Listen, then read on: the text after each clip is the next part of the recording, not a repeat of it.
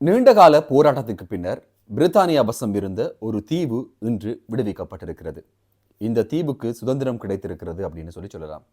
இந்த தீவினுடைய வரலாறு என்ன? இது நீண்ட காலம் பிரித்தானியர்கள் வசம் எப்படி இருந்தது? இந்த தீவை மீட்பதற்காக எப்படியான போராட்டங்கள் நடத்தப்பட்டது? 2021ஆம் ஆண்டு 4 பிள்ளைகளை கொலை செய்ததாக கருதி லண்டன் பகுதியில் கைது செய்யப்பட்ட தாய்க்கு தண்டனை கிடைத்திருக்கிறது.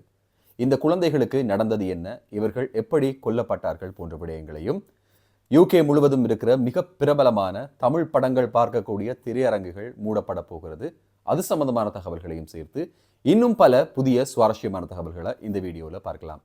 நண்பர்களுக்கு வணக்கம். இன்னும் ஒரு வீடியோவில் உங்களை சந்திக்கிறதுல ரொம்பவே சந்தோஷம். தொடர்ச்சியாக நம்ம சேனலில் வீடியோக்கள் பார்த்துட்டு வரீங்க அப்படின்னா மறக்காமல் சப்ஸ்கிரைப் பண்ணுங்கள். சப்ஸ்கிரைப் பண்ணி சப்போர்ட் பண்ணுங்கள். இந்த வீடியோவுக்கு ஒரு லைக் பண்ணுங்கள். உங்கள் நண்பர்களோடையும் இந்த வீடியோவை பகிர்ந்து கொள்ளுங்க. கிளாஸ்கோ, பார்க்ஹெட், பெட்ஃபோர்ட், லாஃப்பரோ போன்ற பல இடங்களில் இருக்கிற சினி வேர்ல்ட் திரையரங்குகள் மூடப்பட போகிறது அப்படின்ற ஒரு அறிவிப்பு வெளியிடப்பட்டிருக்கிறது. நீண்ட காலமாக நஷ்டத்தில் இயங்கக்கூடிய இந்த திரையரங்கினுடைய பேரண்ட் கம்பெனி இந்த முடிவை எடுத்து பிரித்தானியா முழுவதும் உள்ள பல கிளைகளை மூடுவதற்கான ஒரு தீர்மானத்திற்கு வந்திருக்கிறார்கள். யூகே பொறுத்த வரைக்கும் உங்களுக்கு தெரியும், தமிழ் படங்கள் அதிகமாக வெளிவாரது இந்த சினி வேர்ல்ட் தியேட்டரில் தான். மில்டன் கீன்ஸ், லண்டனில், லூட்டனில் நிறைய இடங்களில் இந்த சினி வேர்ல்ட் திரையரங்கு பிரபலமானதாக இருக்கும். இந்த சினி வேர்ல்ட் திரையரங்கு இனிமேல் பல ஊர்களையும் மூடப்பட போகிறது அப்படின்றது பேரதிர்ச்சி தார ஒரு விடயமாக சினிமா ரசிகர்களுக்கு இருந்தாலும் கூட, பிரித்தானியாவினுடைய முக்கியமான நகரங்களில் இருக்கிற மேயர்கள் இது குறித்து என்ன சொல்றாங்க அப்படின்னா, இந்த நிறுவனம் மூடப்பட போவது நல்ல ஒரு விஷயம். ஏன்னா இந்த திரையரங்குகளால நீண்ட காலமாகவே வருமானம் இல்லாமல் இருந்தது. இந்த இடங்கள் இன்னும் ஒரு நிறுவனத்திற்கு வாடகைக்கு கொடுக்கப்பட்டால் அந்த வாடகை மூலமாக இன்னும் பல பொது தேவைகளை எங்களால் நிவர்த்தி செய்ய முடியும் அப்படின்ற ஒரு கருத்தை சொல்ல ஆரம்பிச்சிருக்காங்க. உங்களுக்கு தெரியும், கடந்த புதன்கிழமை மாலை ஒரு தனியார் பாடசாலையிலிருந்து வெளிவந்த 14 வயதான மாணவி மீது அசிட் வீச்சு தாக்குதல் நடத்தப்பட்டிருந்தது. இந்த தாக்குதலை பொறுத்தவரையில இன்னும் 2 பேர் காயமடைந்த நிலையில வைத்தியசாலையில அனுமதிக்கப்பட்டிருந்தாங்க. இந்த சிறுமியை பொறுத்தவரையில இந்த சிறுமிக்கு தீவிரமான தீக்காயம் ஏற்பட்டிருக்கிறது அப்படின்றதும், முகத்தில் உருச்சிதைவு ஏற்பட்டிருக்கிறது அப்படின்ற ஒரு தகவலையும் வைத்தியசாலை தரப்புல இருந்து வெளியிடுறாங்க. இது சம்பந்தமான தீவிர தேடுதல் நடவடிக்கையை லண்டன் போலீசார் மேற்கொண்டிருந்தாங்க. ஸ்கூலும் அந்த நாளில் மூடப்பட்டிருந்தது. ஸ்கூலை மூடி இந்த சம்பவம் குறித்தான உண்மையான குற்றவாளியை போலீசார் தேடிக்கொண்டிருந்தார்கள். 35 வயதான ஒருவர் இந்த சம்பவத்தில் கைது செய்யப்பட்டிருக்கிறார். அசிட் வீச்சுடன் சம்பந்தப்பட்டதாக இவர் கைது செய்யப்பட்டிருக்கிற இதே நேரம் இந்த மாணவிக்கும் இவருக்குமான முன்விரோதம் எப்படி இருக்கு அப்படின்ற பலவிதமான கோணத்தில் போலீசார் விசாரணைகளை மேற்கொண்டு வராங்க. இதுவரையில சரியான தீர்மானமான முடிவுகள் கிடைக்கவில்லை. இருந்தாலும் இந்த சம்பவத்தை நிகழ்த்தியவர் 35 வயதான ஒரு நபர் அப்படின்றது தெரிய வந்திருக்கிறது. ஏற்கனவே ஸ்கூட்டரில் வந்த ஒரு இளைஞர் கருப்பு நிறத்தவர் தான் இதை செய்திருப்பார் அப்படின்னு சொல்லி சந்தேகிக்கப்பட்டது. இருந்தாலும் அந்த சந்தேகம் இப்போது விலகி இவர் கைது செய்யப்பட்டிருப்பது மிக முக்கியமாக பார்க்கப்பட வேண்டிய ஒன்றாக இருக்கிறது. இந்திய பெருங்கடல்ல மொரிஷியஸ் தீவுக்கு அருகாமையில் இருக்கிற சேகோஸ் ஐலண்ட் அப்படின்ற ஒரு தீவு பிரித்தானியாவின் வசம் இருந்து மொரிஷியஸுக்கு கையளிக்கப்பட்டிருக்கிறது. கடந்த 50 வருடங்களுக்கு மேலாக இந்த தீவு மொரிஷியஸுக்கு கொடுக்கப்பட வேண்டும் அப்படின்ற போராட்டங்கள் நடந்து வந்தது. இந்த போராட்டங்களை தொடர்ந்து இப்போது இந்த தீவினை பிரித்தானியா மொரிஷியஸின் கைவசம் அளித்திருக்கிறது. இந்த பிராந்தியத்தை 1700ஆம் ஆண்டுகளில் பிரெஞ்சுக்காரர்கள் ஆக்கிரமித்திருந்த போது தென்னை பயிற்சியை செய்வதற்காக இந்தியாவில இருந்தும் மலாயில இருந்தும் பல மக்களை அடிமையாக கொண்டு வந்து சேர்த்த ஒரு தீவுதான் இந்த சேகோஸ் ஐலண்ட் அப்படின்ற தீவு. இந்த தீவை பொறுத்தவரையில இந்த தீவு பிரெஞ்சுக்காரர்களிடமிருந்து விடுதலை பெற்ற பிறகு பிரித்தானியாவின் வசம் ஆனது. பிரித்தானியாவின் வசம் ஆன பிறகு இவர்களை நாடு கடத்த வேண்டி பிரித்தானிய அரசாங்கம் முடிவுகளை எடுத்திருந்தது. இதன் காரணமாக ஷிசல்ஸ் மற்றும் பல தீவுகளுக்கு இந்த மக்கள் அனுப்பப்பட்டிருந்தார்கள். இந்த மக்களுக்கு எதிரான பலவிதமான மனித உரிமை மீறல்கள் நடந்திருக்கிறது அப்படின்ற ஒரு தகவலும் இருக்கிறது. இது சம்பந்தமாக பல காலமாக மனித உரிமைகள் ஆணையகம் முடிவு செய்து இவர்களுக்கான சரியான தீர்வுகளை பெற்றுக் கொடுக்க வேண்டும் அப்படின்னு சொல்லி முயற்சிகளை ஏற்படுத்தி இருந்தாங்க.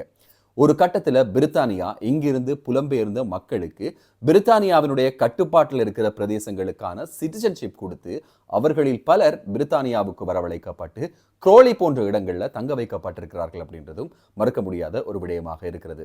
இதன் போது கிட்டத்தட்ட 3500க்கும் மேற்பட்டவர்கள் யூகேக்கு மைக்ரேட் செய்யப்பட்டதாகவும் சொல்லப்படுகிறது. இந்த தீவினை பிரித்தானியா மறுபடியும் எங்களுக்கு தந்திருப்பதானது மிகவும் மகிழ்ச்சியான ஒரு விடயம் அப்படின்னு சொல்லி மொரிஷியஸ் சொல்றாங்க. இது சம்பந்தமாக யூகேனுடைய எதிர்ப்பு எதிர்க்கட்சிகள் மிகுந்த விமர்சனத்தை முன்வைக்கிறார்கள். இந்த விமர்சனத்துல மிக பிரதானமான விமர்சனம் என்ன அப்படின்னா, இது சீனாவுக்கு ஆதரவான ஒரு விடயமாக மாறி இருக்கிறது. சைனா இந்த இடத்தில் அவர்களுடைய பேஸை அமைப்பதற்கான ஒரு வாய்ப்பு இருக்கிறது அப்படின்ற குற்றச்சாட்டு முன்வைக்கப்படுகிறது. இன்னும் இந்த தீவுக்கு அருகாமையில் இருக்கிற இன்னும் ஒரு தீவான டியாகோ காஷியா அப்படின்ற தீவு இந்த பிராந்தியத்தில் மிகவும் பிரபலமான ஒரு தீவாக இருக்கிறது. அதற்கு காரணம் என்ன அப்படின்னா, இது மொரிஷியஸினுடைய பொறுப்புல இருந்தாலும் கூட இங்கே UK மற்றும் அமெரிக்கா 2 நாடுகளும் சேர்ந்து அவர்களுடைய ராணுவ தளத்தை நிறுவியிருப்பதும் குறிப்பிடத்தக்க ஒரு விடயம். உங்களுக்கு தெரியும், சில மாதங்களுக்கு முன்னால இலங்கையிலிருந்து புறப்பட்ட தமிழ் அகதிகளை ஏற்றி வந்த கப்பல் ஒன்று இந்த தீவினை சென்றடைந்திருந்தது. இந்த தீவுக்கு போனதுக்கு பிறகு இவர்களுக்கு பிரித்தானியாவினுடைய அசைலம் கிடைக்கும் அப்படின்ற நம்பிக்கையால போலியானவர்களின் கதைகளை கேட்டு இந்த தீவுக்கு மக்கள் மிகவும் ஆபத்தான ஒரு பயணத்தை மேற்கொண்டு வந்திருந்தாங்க. இவங்க இந்த தீவுக்கு வந்தது பிறகுதான் இவங்களுக்கு தெரியும், இது UK மற்றும் அமெரிக்காவினுடைய ஒரு ஆர்மி பேஸாக அல்லது ஒரு நேவி பேஸாக இருக்கு அப்படின்ற ஒரு விஷயம் அதற்கு பிறகுதான் இவர்களுக்கு தெரிய வந்தது. பின்னால் இவர்கள் பிரித்தானியாவுக்கு அனுப்பப்படாமல் அதே தீவுல தடுத்து வைக்கப்பட்டிருக்கிறார்கள். அந்த தீவை பொறுத்தவரையில ஒரு ஆர்மி, மிலிட்ரி, நேவி கேம்ப் இருக்கு அப்படின்றதுனால இங்க சரியான வசதிகள் இல்லை அப்படின்ற ஒரு குற்றச்சாட்டு இவர்களால முன்வைக்கப்படுகிறது. அடிமைகளாக நடத்தப்படுகிறார்கள். எந்த ஒரு வசதியும் இல்லாத இடங்கள்ல இவர்கள் தங்க வைக்கப்பட்டிருக்கிறார்கள். இவர்களுக்கு சரியான சாப்பாடு கிடையாது, இவர்களுக்கு சரியான தங்குமிட வசதிகள் கிடையாது போன்ற பலவிதமான குற்றச்சாட்டுகள் இந்த தீவுக்கு சென்றவர்களால் முன்வைக்கப்படுகிறதாக இருக்கிறது. இந்த தீவினை விடுவிப்பது குறித்தான எந்த ஒரு முடிவுகளும் இதுவரையில் எட்டப்படவில்லை அப்படின்னு சொல்லப்படுகிறது. இருந்தாலும் இந்த விடுவிக்கப்பட்ட சேகர்ஸ் ஐலண்ட் அப்படின்றது மிகவும் முக்கியமான ஒரு இடமாக இருப்பதாகவும், இந்த இடத்திலிருந்து புலம்பெயர்ந்தவர்கள், இந்த இடத்தை பூர்வீகமாக கொண்டவர்கள், சாகோஷியன்ஸ் அப்படின்னு சொல்லக்கூடிய மக்களை மறுபடியும் இங்க குடியமர்த்துறதுக்கான முயற்சிகள்ல மொரிஷியஸ் ஈடுபட போகிறது அப்படின்ற ஒரு தகவலும் வெளிவந்திருக்கிறது. 2021ஆம் ஆண்டு டெவோகா ரோஸ் அப்படின்ற ஒரு பெண் அவருடைய 4 பிள்ளைகள், 2 இரட்டை பிள்ளைகள், 2 வயது மற்றும் 4 வயது பிள்ளைகள், 4 பேரையும் வீட்டில் வச்சு பூட்டிட்டு பக்கத்தில் இருக்கிற செயின்ஸ்பரி நிலையத்திற்கு பொருட்கள் வாங்குறதுக்காக போயிருக்காங்க.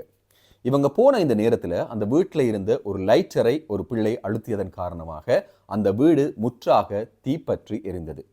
தீப்பற்றிய சம்பவத்தின் போது பக்கத்து வீட்டில் இருந்தவங்க எவ்வளவுதான் முயற்சி செய்தும் இந்த குழந்தைகள் காப்பாற்றப்பட முடியாமல் போனது. தீக்காயங்களையும் தாண்டி நச்சு புகையை சுவாசித்த காரணத்தினால இந்த 4 குழந்தைகளும் பரிதாபமாக உயிரிழந்திருந்தார்கள்.